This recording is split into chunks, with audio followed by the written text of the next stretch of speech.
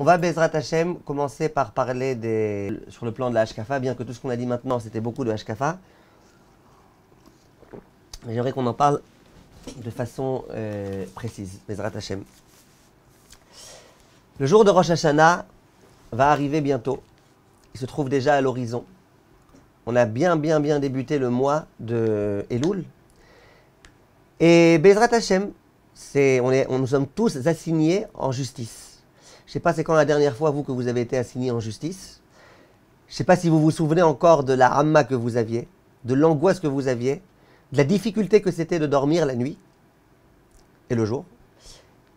Et bien là, on a un grand jugement. Pas simplement un jugement pour savoir si on va nous obliger à détruire telle et telle chose qu'on a construite. Pas un jugement pour savoir si on va devoir payer telle contravention ou telle dizaine de milliers d'euros. Non, là on a un jugement qui va déterminer toute notre année à venir. Et pour beaucoup de Rishonim, tout notre avenir dans le Olam Haba. Donc ce jugement-là, c'est un jugement qui est extrêmement important. Et je sais très bien qu'on ne le prend pas à la légère.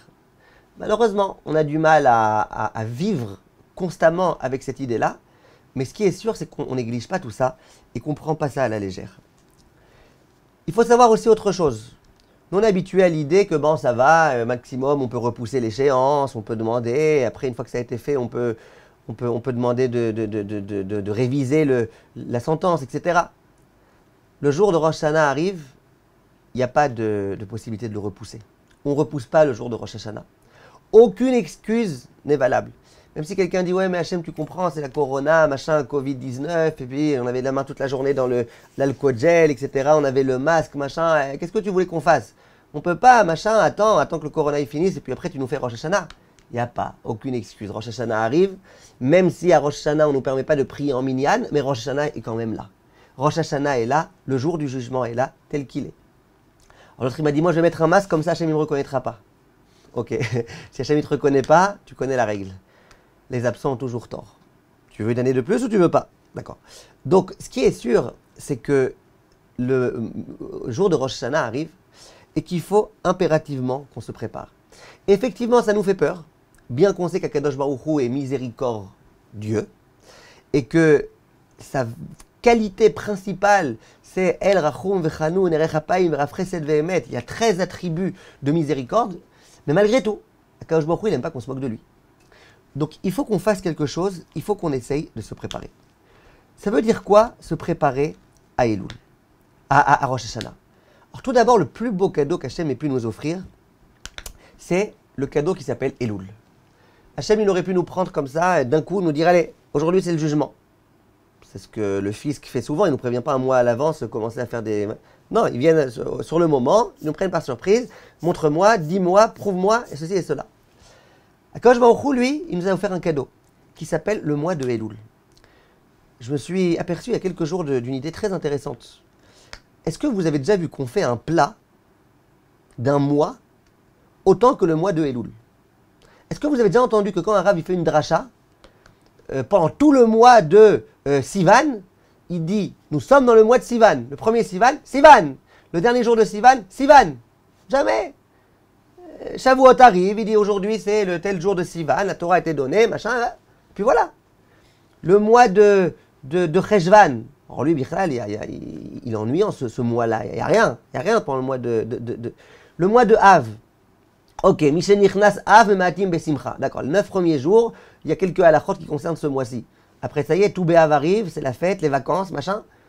Personne ne parle du mois de Av une fois que Tisha B'Av est passé, c'est fini. Il y a un mois qui a eu un mérite particulier. C'est même pas qu'un mois, c'est un concept qui s'appelle Elul.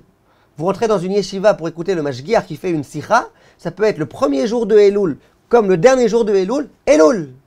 Et il va dire c'est Elul maintenant. Et quand on entend le mot Elul, ça fait pas exactement la même chose dans notre esprit que ça fait quand on entend le mot Adar. Donc ça, c'est un cadeau qu'Akadosh Baruch Hu nous a offert. Et le Rav Levinstein, il disait, avec Heskel Levinstein, que ce mois de Elul, c'est un mois durant lequel on peut semer. On a un terrain, on l'a labouré, bon, c'est le moment de semer. Toute l'année, on récoltera ce qu'on aura semé pendant cette période-là. Durant le mois de Elul, on sème. Non seulement on sème les uns les autres, mais on sème aussi des graines. On sème des graines, et puis on commence à se préparer. Et puis toute l'année va dépendre exactement de ce qui se passe à ce moment-là. Alors qu'est-ce qu'il faut faire durant ce mois de Elul? Qu'est-ce qu'il faut faire? Se transformer complètement? Ça fait des années qu'on essaye, qu'on se leurre et qu'on voit qu'on n'arrive pas. Qu'est-ce qu'il faut faire? Alors il y a l'un des Chachamim qui donne une parabole très belle. Il dit, il y avait un pays dans lequel il y avait un roi. Et ce roi-là, il avait la coutume, une fois par an, de venir pendant une semaine séjourner chez des gens du pays dans lequel il se trouvait. Bon, il ne pouvait pas se permettre d'aller chez tous les gens. Donc chaque année, il y avait un tirage au sort qui était fait. Chaque année, le roi, pendant une semaine, il venait chez une famille en particulier.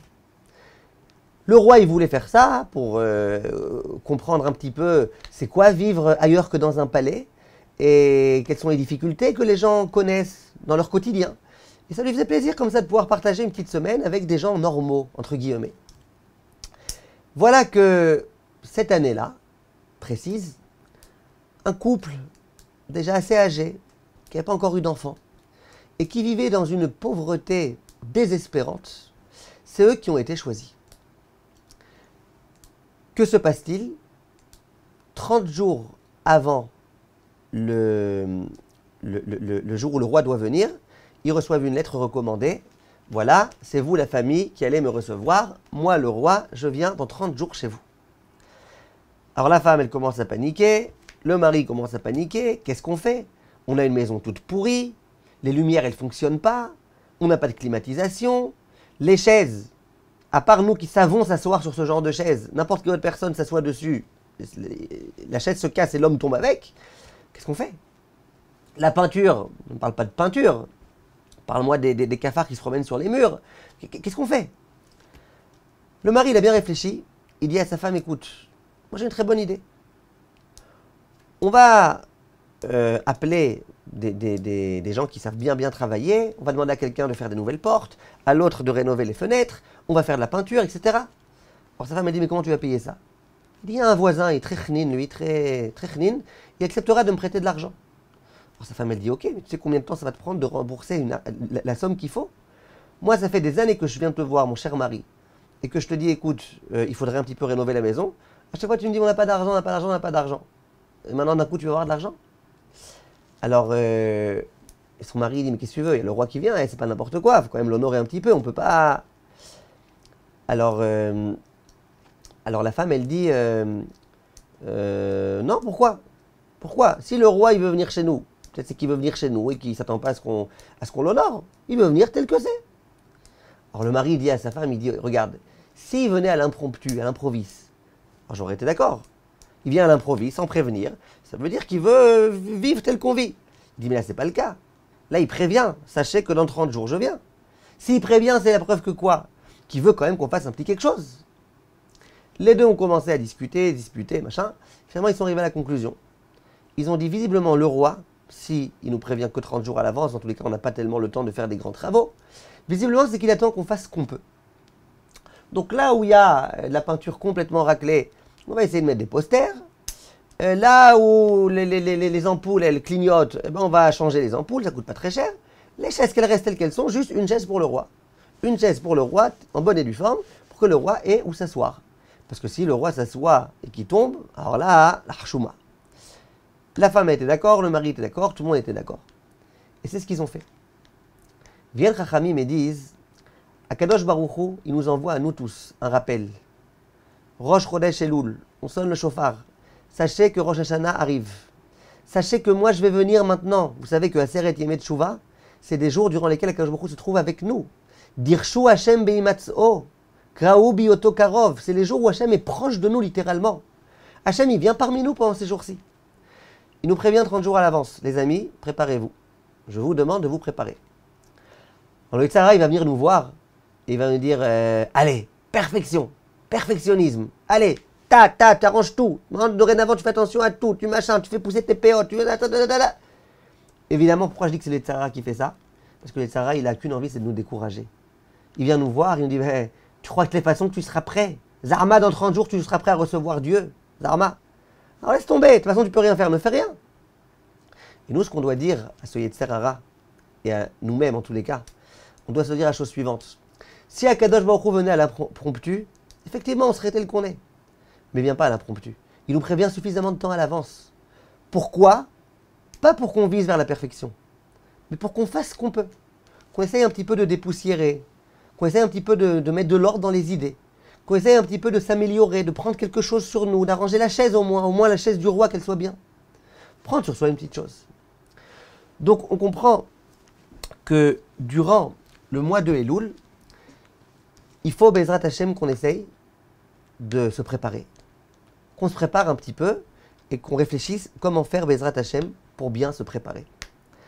Alors le premier conseil que j'aimerais nous donner, c'est prenons-nous le plus tôt possible. N'attendons pas la fin. Le Chafetz Chaim, il avait une parabole très très très jolie. Il disait un jour, il y a un homme qui était en vacances. Il devait écrire une carte postale à sa tante. Et il n'avait rien à lui dire à sa tante. Qu'est-ce qu'il va lui raconter? Il va raconter qu'il fait de la pétanque. Elle ne comprend rien à la pétanque. Qu'est-ce qu'il va lui dire? Canyoning? Elle ne sait pas c'est quoi. Il ne sait pas quoi lui raconter.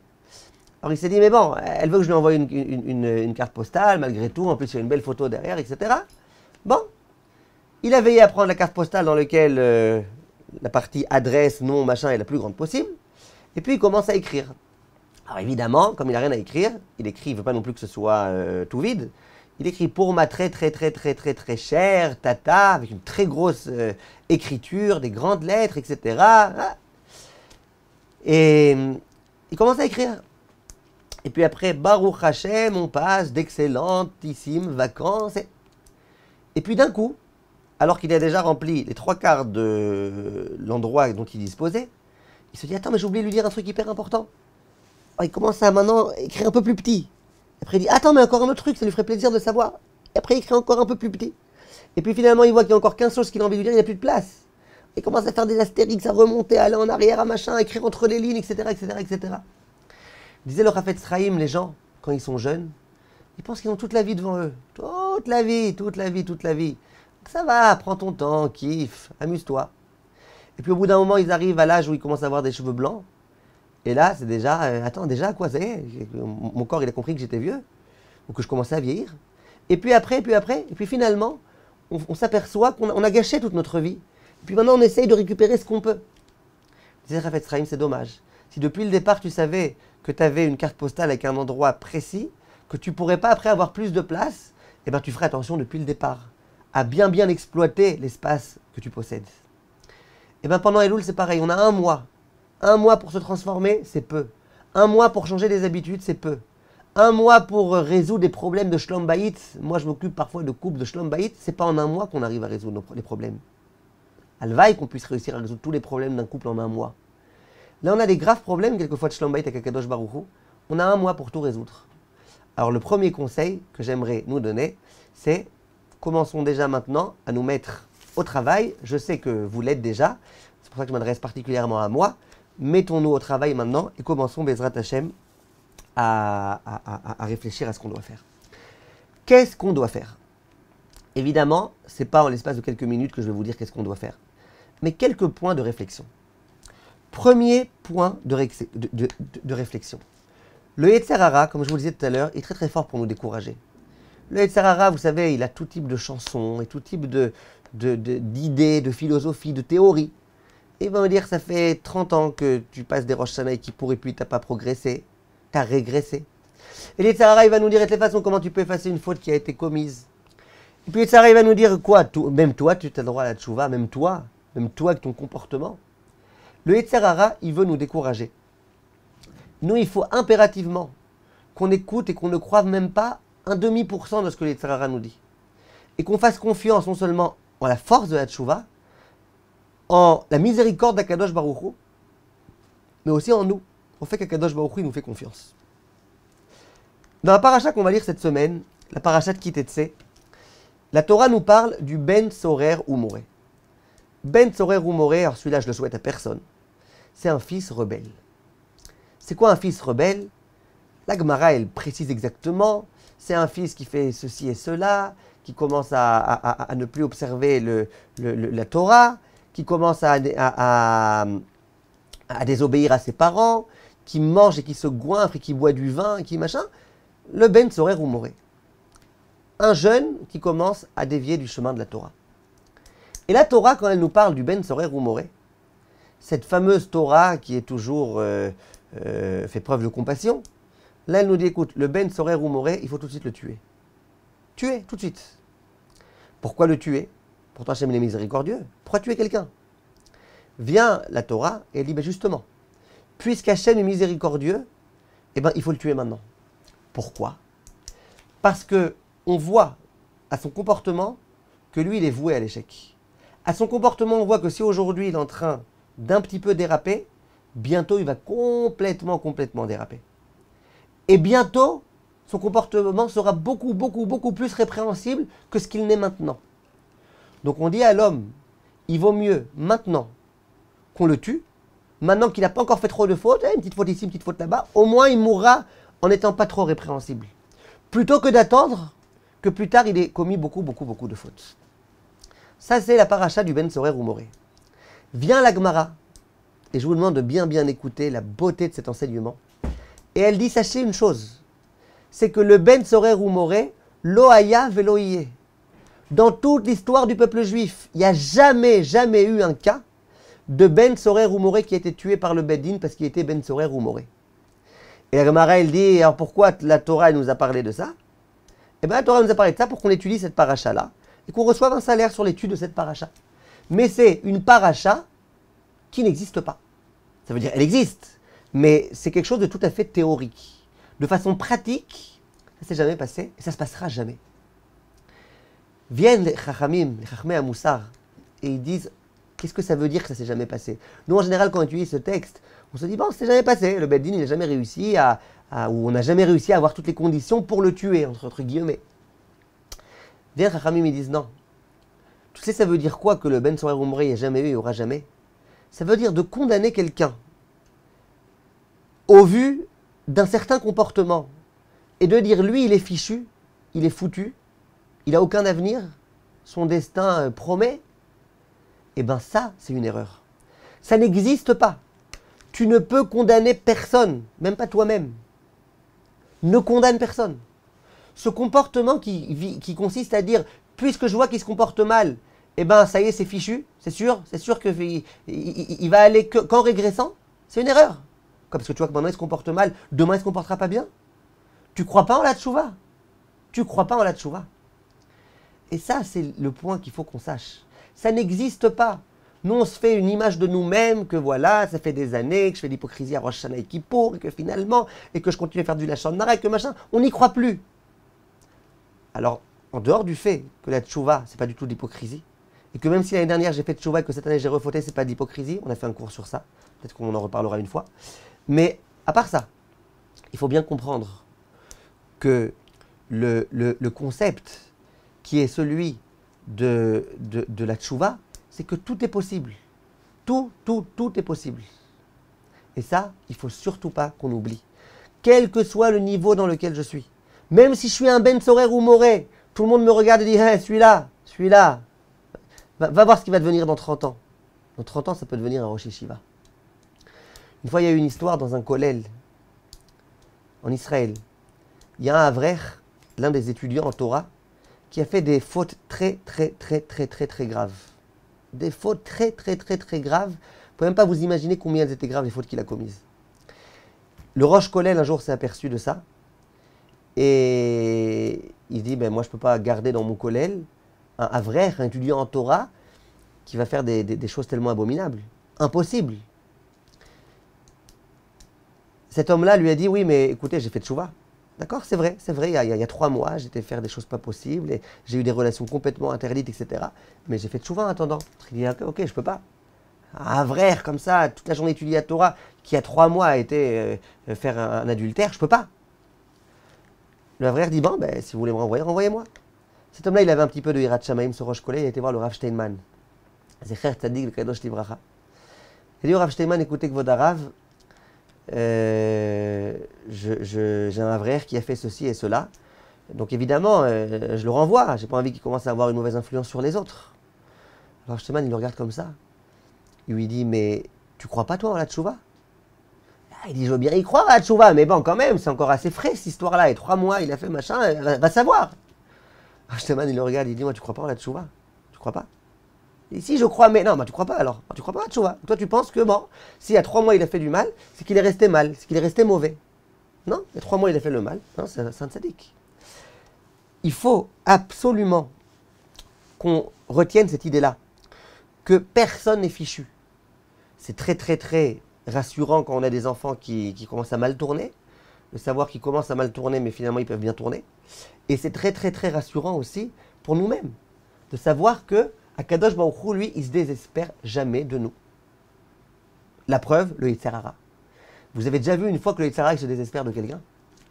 Le bonhomme, il a fait toutes les saletés du monde.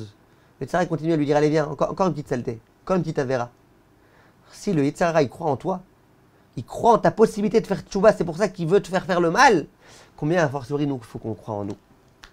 Chachamim, ils disent quelque chose qui, a priori, devrait nous interpeller. Vous avez remarqué que le shofar du mois de Elul, dans toutes les communautés, même chez les Ashkenazim, qui commencent les slichot, comme on a dit, peu avant Rosh Hashanah, depuis Rosh Chodesh Elul, on sonne le shofar. Pourquoi tous les jours? Et c'est quoi le but de ce shofar? Le but de ce shofar, bien évidemment, c'est de nous réveiller. Comme le Rambam dit que le but du shofar de Rosh Hashanah, en dehors du fait que c'est une Xerat HaKatuv, que c'est comme ça que Dieu a décidé, mais l'une des raisons qu'on peut comprendre et entendre, c'est de dire que c'est un espèce de réveil comme ça. On veut réveiller l'homme, ce son comme ça très fort. Ah, on veut réveiller l'homme. Durant le mois de Elul, tous les matins, on doit se rappeler, attention, Rosh Hashanah arrive, attention, Rosh Hashanah arrive. Moi, je vous pose une question. Quand vous vous êtes réveillé une fois, après, pendant toute la journée, vous êtes encore réveillé. C'est pas la peine de vous réveiller 15 fois dans la même journée, pour les gens normaux. Pourquoi tu as besoin tous les jours de ressonner le chauffard? Tous les jours, et on ressonne, et on ressonne. Tu sais, Rosh Hashanah, bon ça, j'ai compris, ça va, c'est pas la peine d'être lourd. J'ai compris. Les Chachamim, ils disent, non, c'est pour te dire que tous les jours, tu peux encore te réveiller. Même si tu arrives le dernier jour du mois de Elul, et tu dis, mais Elul, il m'a filé entre les mains. Ça y est, je suis désespéré. Non. Aujourd'hui encore, on sonne le chauffard. Tu peux aujourd'hui entendre le chauffard. Tu peux aujourd'hui te réveiller. Ça veut dire que nous, on a trop vite tendance à désespérer de nous-mêmes. On a trop vite tendance à s'autocritiquer. Et ce qu'on ne comprend pas, c'est que c'est une grave erreur et qu'il faut absolument comprendre que, quelle que soit la situation dans laquelle on est, on peut encore faire tchouva. Dans le paracha qu'on a lu la semaine dernière, on parlait des soldats qui doivent se lancer au combat. Il est écrit dans la paracha qu'il y a des gens qui sont dispensés du combat. Alors il y a tout type de personnes, celui qui vient de se marier, celui qui vient de planter une vigne, etc. Et l'un des cas, c'est celui qui a peur. Celui qui a peur. Maintenant, je ne sais pas si vous avez déjà vu des soldats, j'imagine que oui. Je ne parle pas de soldats baraqués, je parle même de soldats pas baraqués. Les soldats, ils ont tout sauf peur. Un soldat qui est peureux, bichlal, il ne vient pas à l'armée. Les soldats, il paraît que ça existe. Des soldats qui, dès qu'elles entendent un bruit, elles vont se cacher comme ça. Bon, c'est des femmes, elles ont tendance à avoir un petit peu peur. Mais un soldat qui a peur, ça n'existe pas. Et quand vous voyez la bravoure des soldats qui rentrent parfois à Gaza et qui rentrent dans des endroits dans lesquels... C'est fou le courage qu'ils ont. C'est quoi un soldat qui a peur? Ça veut dire quoi un soldat qui a peur? Un soldat qui a peur, c'est pas un soldat. C'est quoi un soldat qui a peur? La Gemara, elle dit, c'est un soldat qui a confiance en Kadosh Baruch Hu et qui sait que quoi? Qu'il a commis des avérotes. Or lui, il dit, bon, Kadosh Baruch Hu, il me protège quand j'ai des mitzvot. Ok, mais moi j'ai commis des avérotes. Je ne suis pas complètement pur. J'ai commis des avérotes. Donc peut-être que quoi? C'est que Kadosh Baruch Hu, il va me sanctionner. Donc peut-être que je ne vais plus être invincible. Celui qui a peur des avérotes chez Beyado, littéralement, des avérotes chez Beyado, qui a peur des avérotes qui sont entre ses mains, celui-là, on le dispense. Ne viens pas au combat. Ta peur, ne viens pas au combat, tu risques d'effrayer tous les autres, ne viens pas au combat. Viennent Chachamim et ils disent, pourquoi on n'a pas dit que celui qui est dispensé du combat, c'est le fauteur? On aurait dû dire le fauteur. Le fauteur est dispensé du combat. On aurait pu dire, celui qui a des avérotes entre les mains, il est dispensé du combat. Il n'a pas écrit ça. Il écrit celui qui a peur des avérotes qui sont entre ses mains. Bizarre. Viennent Chachamim et ils disent, celui qui a commis des avérotes, c'est pas grave, il peut quand même aller au combat. Il fait tchouva, il a confiance en Akadosh Baruch Hu. Il se rappelle qu'en tant qu'être humain, c'est normal qu'il ait fauté. Il demande pardon à Hachem, il va au combat. C'est pas la peine de faire de ça un plat. Celui qui a commis des avérotes, qu'il aille au combat. Par contre, celui qui a peur à cause des avérotes qu'il a commises, et qui pense que puisqu'il a commis des avérotes, c'est fini, Hachem il n'acceptera plus cette tchouva, Hachem il l'aidera plus, Hachem il le protégera plus, Hachem il va exprès se venger contre lui, il va le faire mourir au combat. Celui-là, qu'il aille surtout pas. Parce que celui-là, c'est un apikoros.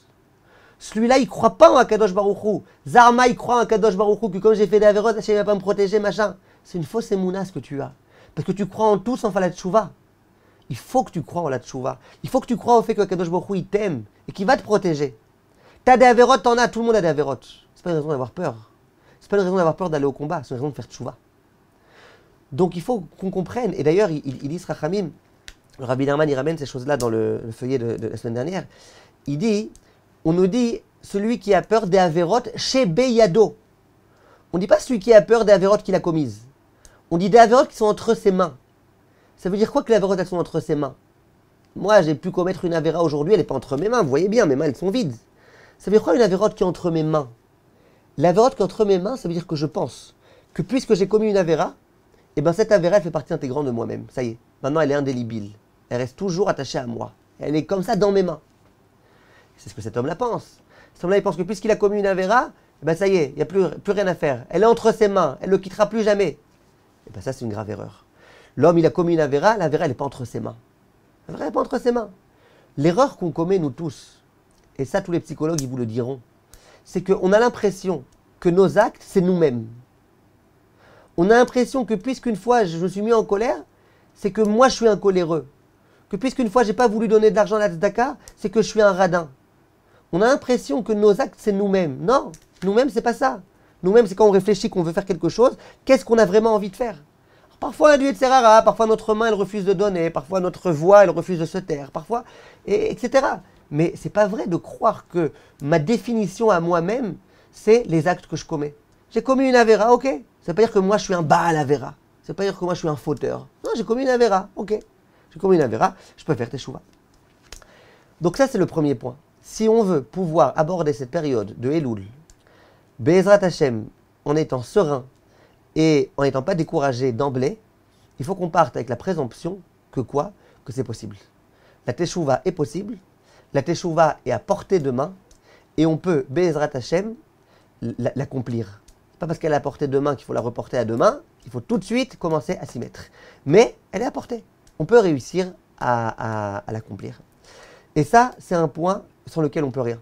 Si on pense que non, c'est impossible, c'est que pour les gdolim, mais c'est que pour machin, et moi de toute façon j'arriverai pas, et que même si j'arrive à arranger un point, ça va changer quoi, machin. Ça, c'est netto le discours du Yetzerara. C'est un discours anti-Torah. Et ce discours, il faut le chasser de nous-mêmes. Alors juste pour terminer, il y a quand même un tout petit conseil. Ne pensez pas que ce premier conseil que je vous ai donné, il n'est pas bien, c'est le meilleur conseil que je puisse vous donner.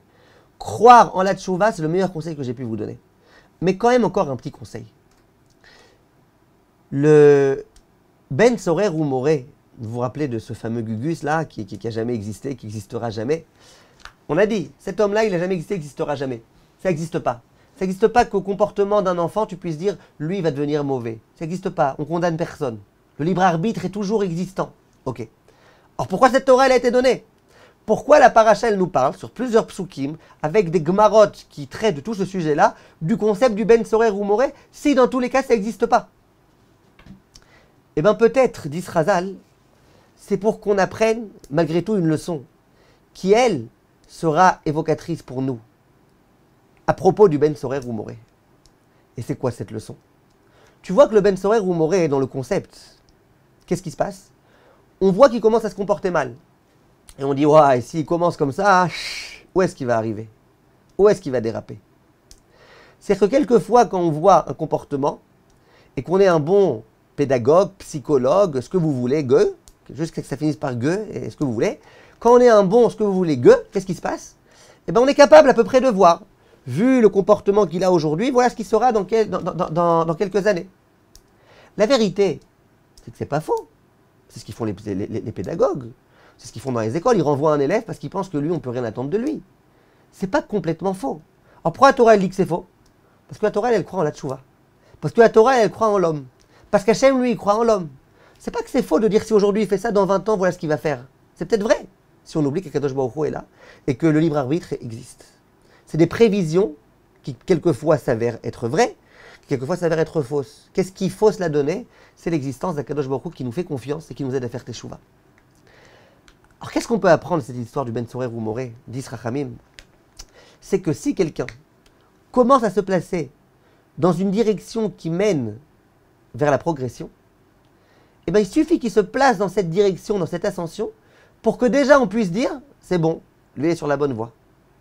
Ben oui, quand quelqu'un se met sur la mauvaise voie, on dit, regarde, il vaut mieux le tuer maintenant plutôt que. Pourquoi? Parce que regarde ce qu'il risque de devenir. C'est vrai que la Torah, elle dit non, non, non, attention, ouais. Mais il n'empêche que cette logique, elle existe. La logique de dire, s'il en est là aujourd'hui, regarde ce qu'il sera dans 20 ans. Vaut mieux le tuer maintenant que le tuer dans 20 ans. Combien, a fortiori, dans le sens inverse, cette logique-là, elle peut exister. Si quelqu'un dit, moi, je prends sur moi un point, je commence à avancer dans un domaine, je veux être meilleur. Je veux être meilleur. C'est vrai que je ne suis pas déjà le baba salé, mais je veux aller dans une direction qui va me conduire vers le baba, je ne sais pas qui. Eh bien quoi? C'est déjà un commencement. Et Akadosh Baruch Hu, il regarde ce qui va se passer finalement. Akadosh Baruch Hu, finalement, il dit, si tu commences comme ça, tu peux aller loin. L'Aziz. Et Hachem, il peut nous juger dorénavant, d'emblée, comme on pourrait être plus tard. Mais ça, c'est la leçon. La leçon qui nous est donnée. On n'attend pas de nous qu'on commence à prendre des choses extraordinaires, extravagantes. On attend de nous une chose. Qu'on commence à essayer de progresser.